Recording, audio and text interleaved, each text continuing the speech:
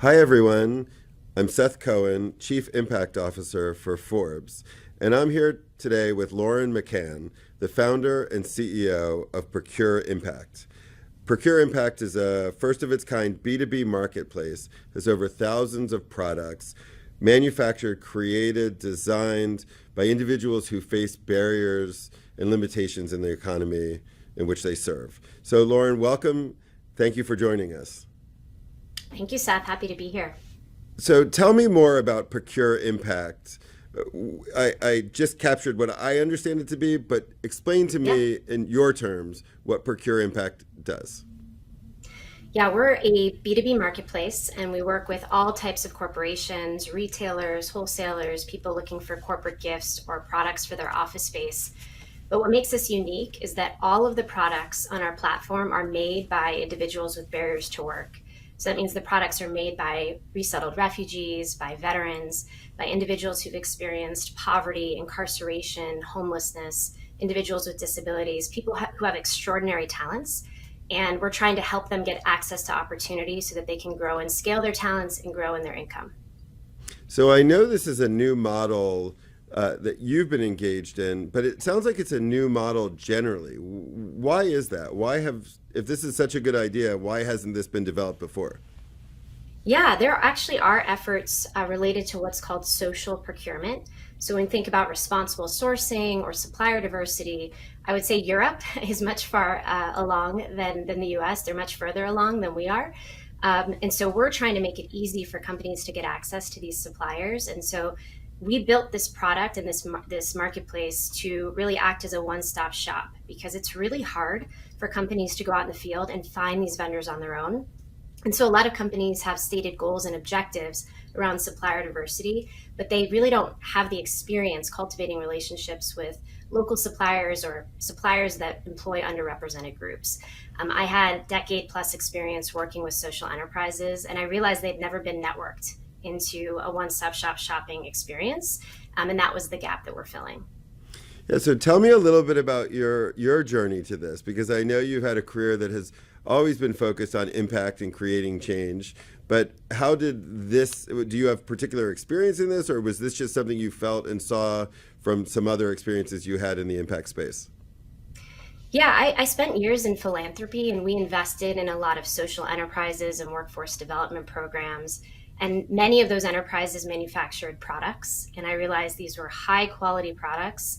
These weren't just makers making these products, but enterprises Sure. with 30,000 square foot manufacturing facilities that acted as a supportive work environment to help people get access to the ability to learn new skills, to heal, and to ultimately find their long term opportunities for employment. And then I had a personal experience which really drove me to build the model itself. I have a family member who, for most of their life, they've suffered from chronic mental health issues, addiction, and chronic disability. And my family member ended up becoming homeless and a missing person at one point. And yet they're extremely talented. My family member is an artist and a creative and a writer and would paint to help themselves heal and to share their story. And during one of the darkest points in my family member's life, they were discovered for their art and their talents. Mm. Companies like Pfizer and Merck and airports started buying my family members' art for their office facilities and spaces. And those purchases completely changed the trajectory of their life. It wasn't necessarily the money, it was about being seen, feeling valued, feeling like they had a sense of belonging. And that mindset shift enabled my family member to get an art studio and ultimately live independently, find employment, and live a life that we never thought was possible for my family member just a decade ago.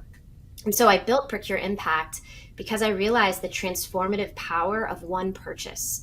And if we can make it easier for companies to create purchases like that every day and find underrepresented organizations and individuals through their purchases and help them find access to opportunity, access to income, we can change millions of lives.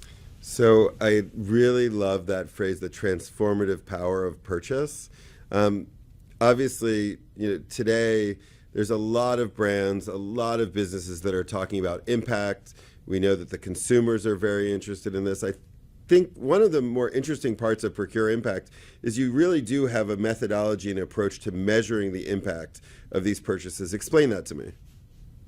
Yeah, every time a company purchases on the Procure Impact platform, they get an impact receipt that shows the company how many hours of work were created through their purchase. And that's because we exclusively work with vendors that are employing underrepresented populations. And so we know their wage data. We know how much their cost of goods are for the product and how much their labor costs are. And so we've been able to bring that into a calculation that gives companies the ability to track their social impact over time. And social impact is, tends to be seen as something you do outside of the business. Volunteer hours, charitable contributions, things that companies want to do to help the community outside of their day-to-day. And what we're trying to demonstrate is that it can be part of the how you do your business, that it can be brought into all aspects of the business, and things like responsible sourcing and purchasing, which actually create much more impact than charity alone could ever accomplish. It makes a lot of sense to me, and obviously as two people that both share a passion for inclusivity, equity in both supply chains and the broader marketplace, I can understand how we see that benefit of the impact. But I guess we both also live in a world where some of these initiatives are right now under attack. Diversity, equity, and inclusion initiatives are under attack in a variety of different contexts. How is that impacting the supply chain and the programs like you are doing around procurement? Yeah, what's been really encouraging and exciting for us is that we've been able to really unify people around shared vision. And I think the reason that is because we have an outcome that's grounded in tangible impact. And a lot of the skepticism around ESG or DE&I is not really understanding the outcome we're driving towards and getting shared vision within companies about what that is. And so consumers and customers and people become really skeptical if they can't measure it, if they don't understand it. And I think because we've unified people around job creation and shift hours, we haven't seen that controversy. We have some of the most conservative companies working with us to some of the most progressive, because they recognize the value of the dignity of work and the power of a job. And so I think if we look at the outcome and unify people around the outcome, we can get around that politicization and debate and really get people around shared vision and collective impact that we can create. I really love that optimistic vision. Lauren, I've followed your professional journey for a few years now, and as you've evolved and this project has taken root, it's Women's History Month right now. We're celebrating all sorts of women leaders in different capacities. As a woman entrepreneur right now that's building something in this space, what are you finding to be both kind of the challenges and the opportunities? Because procurement, while there is very much diversity in that workforce, it still also has a lot of men that have been in those roles for a long time. So as a woman founder, how has your journey intersected with the work of of the procurement industry and Procure Impact generally? It's been really amazing because I think that what we're doing is creating human connection and conversation around people's purpose and their why. And you don't often get on a phone call to talk about procurement and end up talking about people's shared pain and their shared history and their shared connection to the work that we do. And so we have executives who end up sharing stories about children that they have with disabilities or family members that are suffering from addiction or mental health challenges. And I think it's helped kind of, as a woman-owned company that is mission-driven, bring a bit of humanity into the business conversation around things like what we purchase and procurement, which tends to not be heartfelt in terms of its ethos. And so I think that's actually been a huge advantage to us, is that we're bringing up sort of things that all of us are dealing with, that are impacting all of our lives, but might not be hidden in the professional sphere. And I see that as something uniquely kind of centered in sort of the women-owned and women-founded companies, that we can bring vulnerability into the workplace in a really I love that. And emotional intelligence as well. So, Lauren, I saw that you had a recent announcement with the American Hotel and Lodging Association regarding a Dignity of Work pledge. Tell me what that's all about and what people should know. happy to. Procure Impact partnered with the American Hotel and Lodging Association, which is the largest trade association for hotel management companies and operators and hoteliers in the United States, to launch this pledge, the Dignity of Work Pledge. And AHLA has always been a trade association that's helping the industry understand best practices around sustainability and responsible sourcing and social impact. And responsible sourcing as a priority for them, we actually do that through our marketplace. We are a solution in the responsible sourcing space. And so what we realized is that we could collectively unify the sector towards action. And again, those are sometimes challenging things for companies to do on their own. But if they have a tool and a strategy that's put in place, we can really create a lot of impact in our society. As we talked about before, every time companies purchase through us, they get an impact receipt that shows them the amount of shift hours that were created through their purchase.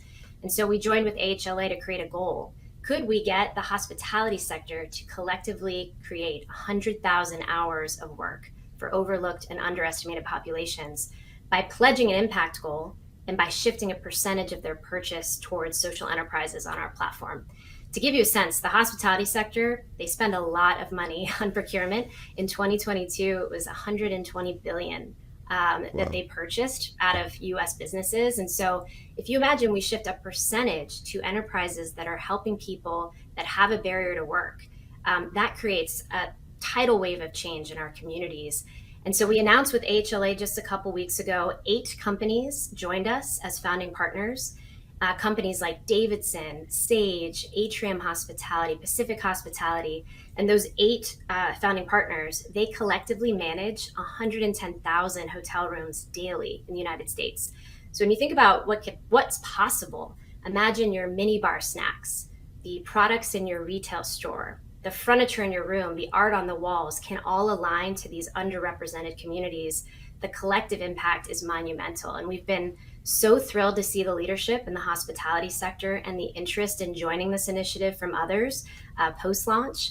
You know, at the core, hospitality is about welcoming people, about helping people feel like they belong. And the sector has shifted from one of conformity and hotel rooms looking the same no matter where you are in the world to one that is trying to create authentic guest experiences that help people connect to purpose and location and why. And you do that through the products you buy, by setting the tone for the space and by creating that connection and memory for people and guests. And so, although we can work with any company can purchase products through us, we've been laser focused on the hospitality sector because of that cascade effect that can happen just by small actions that hotels and the raw purchasing power So well, I really appreciate both your personal mission in this endeavor and obviously your efforts and your team's efforts to make impact at scale. Where can people find more information about Procure Impact? Yeah, please visit the Procure Impact website, which is www.procureimpact.us. You can also find us on LinkedIn and Instagram, where you can see the products and the people behind the products and how they're made and the incredible stories of resilience and grit and determination that comes with every product that we represent. So businesses can sign up to purchase with us directly on our website, and it just takes small little changes. So obviously, there's a lot of integration opportunities for every company that has an office space or is doing employee gifts or onboarding gifts. But if people just start small and they see the quality of the products and the opportunity set, we've seen so much scale and opportunities for repeat orders and impact that we can make as a society if we think intentionally about our purchases. I really love that. Intentional purchases, creating more access and accessibility for individuals, and impact at scale. Lauren McCann from Procure Impact, thank you so much. Thanks, Seth.